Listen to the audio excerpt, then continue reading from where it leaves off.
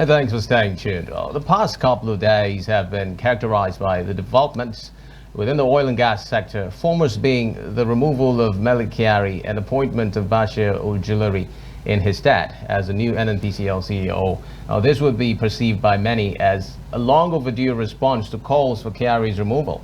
Well, swiftly after this development, we also saw an announcement Wednesday, by the Federal Executive Council directing full implementation of the suspended Naira-for-Crude agreement with local refiners. Now, chief amongst the players would be Dangote Refinery.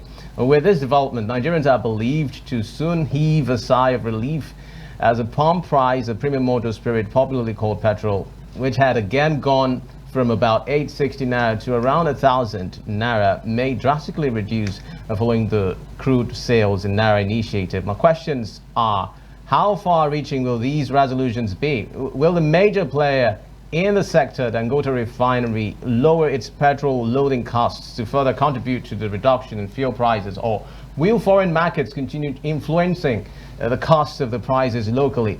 Well, to help us unpack the significance of this resumption of the Naira-for-Crude deal, especially its implications in the wide petroleum market, we are virtually joined on the program by an oil and gas expert well-versed in the intricacies of the market, Dr. Wisdom Enang. Dr. Enang, you're welcome on Niger Delta Today. Thank you for joining us, Doctor. Hello, Doctor. Can you hear us? I can hear you loud and clear. Thank you very much. Thank you very much for joining us. Well, it's just like our conversations last time regarding the Naira-for-Crude deal and how it affects the market. But then let's begin with the removal of Mele Kyari. You would recall that a lot of calls had followed this issue, with people calling for the removal of Mele Kyari as if that was going to be the solution to the issues in the oil sector in Nigeria. Well, what does this mean? Removal of Mele Kyari, and then that follows immediately with an announcement that there is no restriction to the Naira-for-Crude deal. It's supposed to be, it's here to stay. That is what FEC has said. Yeah, absolutely. Very interesting developments there. To be fair, I like to say very kind words to the leaders, the past leaders of the NNPCL, just immediate past months. To be honest, every leadership has the challenge of its own tenor to deal with.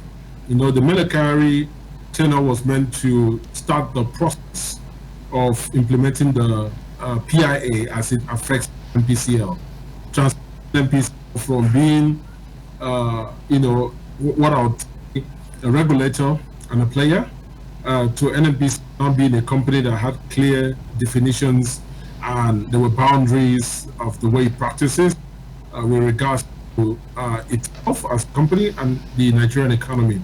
So well done to Mele Kyari. Now, I believe in continuing. People stay there in leadership, and then they need a breath of new ideas to the place. And very much, why am I providing this context? Because the NNPCL are becoming a private entity in the context of they are going to be selling shares to the public. You need, the end of things should be people that, the companies that have been on the stock exchange, they understand exactly how to take decisions that are going to engender the value of that company. They also understand how not to do things that are going to the company into waters. So, it is good, right? Mele Kyari has his best and done that. And even I do not use the word he was, removed. I think he had reached his time and it was time to go, because remember, as he ought to go, a clock in January, and any other the prerogative of the president, so his meritorious. Now, looking at the crude for Naira deal that we are talking about, clearly we can see that with the benefit of hindsight, that we should have announced the fact that it had come to an end, because there was inflationary exposures. First is the change in price. As soon as the Dangote released, a document that the crude deal was now priced in dollars, the price was effected, I think, a week late. The second thing is, I remember a personal experience. I was borrowed a change about a money. And then I got a call that if I don't change it quick enough, that it will go up because the NNPCL were going to stop giving crude out in Naira. That means the demand for dollars. So with the benefit of hindsight, it is important that the federal government have looked at it again and seen that it is important to keep that crude for Naira deal. It would help domestic refining capacity to be boosted. All right, Dr. Wisdom, the federal government in its statement actually acknowledged that there were implementation challenges. As an expert in the field, what do you think are those likely implementation challenges, and how can we, eliminate these hurdles to ensure that we actually forge ahead to ensure a smooth transition process? Thank you very much. The deal comes with an opportunity cost, and a lot of people do not understand this. I'll give you context. The crude for Naira deal means we are not earning in dollars. And it also means that, if you look at our debt obligations, a lot of it is in dollars. So investments are, tied to the dollar. But what that means is that we are giving up that quota. I think it's about 50,000 barrels per day, although we don't typically meet that, and earning Naira-for-Crude. So it means opportunity cost of not earning the dollar. That's the challenge. Okay. How do we get that challenge, which is the challenge is the country has to boost its production to be able to say we can give away through 50,000 barrels per day in crude equivalent for Naira deal, and then we do not have to run the risk of not earning enough to our budgets, our currency, and at the same time meet our debt obligations. That's the challenge. The challenge is that because going to earn it in Naira, you will need to boost your non-oil exports to be able to make up the amount you ought to be earning in forex. But that's not even easy. That's not easy because if you look at it, President Trump has put 14% tariff on Nigeria. So that means if we're going to reach our market share as a country, we will need to absorb that from our profit end. And that means that we are going to less money. That's what it translates to, that we normally take. It's a very hard task. It's one that needs hands on deck, both the economic managers, represented by the, the Minister of Finance, as well as the PN, as well as the NMP, who, of course, are the torch bearers when it comes to the earning of, petroleum-related forex for the country. So I think it's a very technical problem that is non-trivial if you look at it in any way. Okay. But definitely that I think one of the biggest imperatives, let the politicians allow the technocrats work. Because if you bring people from all over the country, bring them from all over the world, some of them are people that have resigned and left before NMP because they didn't like the way it was run. You brought the best technocrats that the country can have. If you don't let them take decisions and implement them and take ownership, it's not going to work. The second thing, very quickly, is this. Think about what led to the refinery being moribund. The director of refining operations, I would suppose, and that director perhaps was earning his salary and getting promoted. We were spending so much on car maintenance and not making any refined products. The question is, how do we just our key performance indicators, and how do we steward them? And so if we bring a breath of fresh air by way of rejigging the team, we need to allow them to define the KPIs. We need to allow them to take ownership and be accountable. That is the challenge in itself for us to sustain the crude for Naira deal and be able to boost production in the country. Dr. Inak, one of the issues that have been really bedeviling the oil sector is how to formulate key policies that are going to go ahead to entrench sustainability within the oil sector and bring about the much needed growth that we want to see in the sector. Now we have a Julari in the reins of power at the NNPCL. Well, Mele Kyari, as you have said, has performed his bit and has done his best. It was under him that we were able to resuscitate some of the refineries in the country. Where would you want the new CEO now to start? Some of those initiatives that you feel he can introduce in ensuring that NNPCL gets to really perform as it's supposed to bring about the much needed fortunes within the oil sector in Nigeria? Oh, Robert, you hit a very important point there, and I'd like to put a twist to the plot. The issue is not the lack of the regulations. The issue is the implementation of the regulations. Give you one context. The PIS give, I think, 3%, if I'm correct, towards developing of new frontiers. And developing those new frontiers, we have new fields to bid out, and then of course with the drill or drop policy of the federal government, we can have more activities, higher rig count than 50. I mean, we started out at about 11 or thereabout, just about 18 months ago. Now we are at about 45, and then we're heading to 50. But why am I contextualizing this? Imagine if the NNPCL actually puts funds, 3% of operational funds towards that development of new frontiers. Then there will be much more interest. The other thing is having a holistic view of the problem. For example, crude theft, right? There is no way you can reduce crude theft without working hand in hand with the regulators and making sure that the host communities are well taken care of. Because when you abandon the host communities, they're bound to feel that they should take sides with those that are vandalizing and then start themselves and get whatever little perks from there. So I think it's going to be a very holistic approach.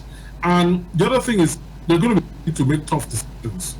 I mean, I come from, I have a background in a company called ExxonMobil, and at the time, the company was not doing very well, just when I think just before the COVID, it needed to reject this policy. And then the company decided, look, we're going to take tough decisions. We're going to look at the, investment propositions from a global standpoint and make sure that we are able to justify investment before we can go through with those investments. And if you look at using some of those global matrices, like the net present value of money, the return on investment, how long it's going to take for you to get that return on investment, you'll find out that it may come to a point where we think, well, should we really be running the own refineries, or should we privatize it? That should be a discussion not based on sentiments, a discussion based on balance, the priorities of the nation.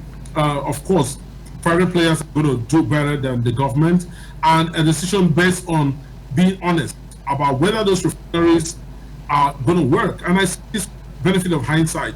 Think about President Obasanjo was asked. He said, look, I spoke to Shell.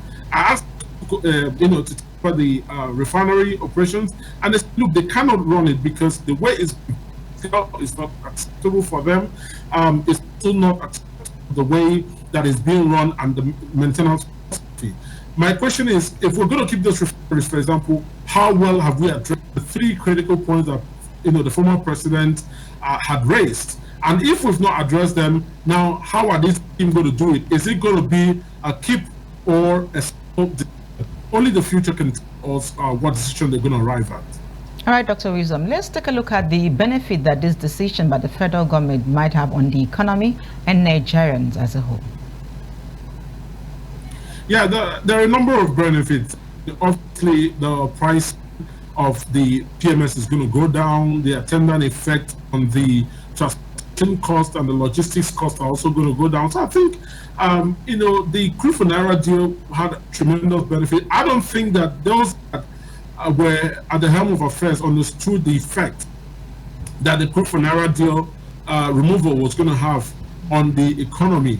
I also think they were banking that there will be a good enough competition between the imported variant and the domestically produced variant to get us to a favorable price equilibrium. But that did not happen, and we benefit. We now know that we should retain that on a more permanent basis and see a way to be able to, make up for shortfall in FX earnings, which is the opportunity cost of the crude for Naira deal. Well, Dr. Enang, let's dock with this last line of question, which is Dangote Refinery and the NNPCL, this new relationship now. Do you see any rift, or do you envision any rift in the future? Because, I mean, NNPCL has resumed this deal. What if tomorrow something happens and Dangote Refinery decides to pull out of the Naira-for-Crude deal?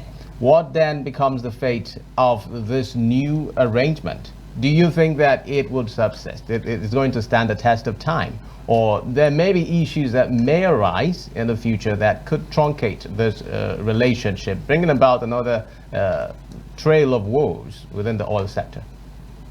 I mean, definitely, you're spot on. You've highlighted a risk that I would say is high consequence, low probability.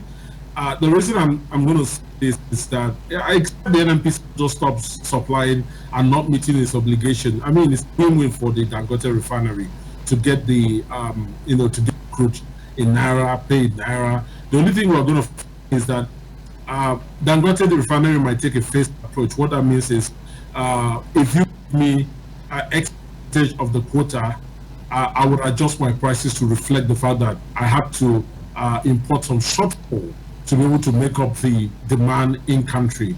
But I don't think it is benefit to pull out of the deal.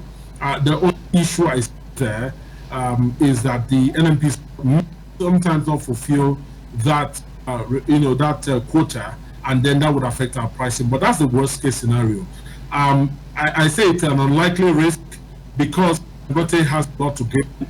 But I say it's a very high consequence because if it happens, it means we're back to the crude for dollar deal. And of course, right now that the Dangote Refinery is primarily the export market and has got its appetite with dollars. So if that happens, it means that the average person, you and I, are going to be paying for the from an opportunity cost pricing, meaning we're going to be paying for the cost of the commodity that reflects the profits that Dangote should have earned if he exported it, and that's not good for us.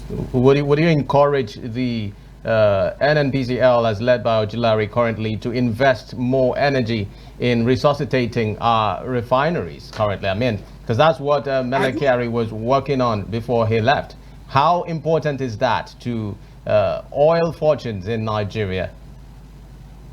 Very important, because if you think about it, I was in different forums that the regional refineries that we do have is very important when it comes to ensuring supply and stabilizing prices to some level in the regional areas. Now, will I, advocate for the NNPCL to ensure? Of course I will. Do I really think that they should be the one running it? I think there should be a business decision on that. What we need are functional refineries to make sure there's, in fact, a surplus of supply such that we can get price to reduce. So if we can get it running with NNPCL, why not? If we can get it outsourced and functional, why not? What we need is functional refineries to make sure that supply outstrips demand, such that we have a drop in pricing to the benefit of every Nigerian. All right, Dr. Wisdom, quickly before I let you go, would there be a fallout of this decision that Nigerians might likely have to brace up for, with regards to the decision taken by the federal government? It happened during the subsidy removal. So is there anything we have to brace up for as Nigerians? No, I think it's win-win, right? As long as we have enough money to run our budget and defend our FX market, where there'll be a thing to worry about is if we go on with making this permanent, and then for some reason we cannot earn money to fund our budgets, we cannot earn money to defend our currency. That will be when we'll have a counterproductive effect. Okay. But the other thing I worry about is that we should have thought through and not even allow the crude for Naira deal to elapse if we wanted to still sustain it. The reason is that in Nigeria, prices predominantly go up, and I'm talking about the consumer price index, things, and also the transportation costs and logistics, but they rarely come down. So when you already allow an opportunity for some people to review their prices a little bit, they might be down, and all of that is going to put so much, maybe even it might be temporary, but some weight on the pockets of the ordinary Nigerian. So we should have thought it through, and that's the thing to take on board when we're taking economic decisions. All right, Dr. Wisdom, and oil and gas expert, thank you very much for your insights on the program this afternoon. Thank you very much. Thank you very much, and do enjoy the rest of your day and your week. You too. Well, that was Dr. Wisdom, and we'll take a breather, and when we return, we'll turn our sides on the reverse emergency rule and developments so far. Well, the sole administrator had just appointed local government administrators with a lot of reactions trailing this one. So stay tuned.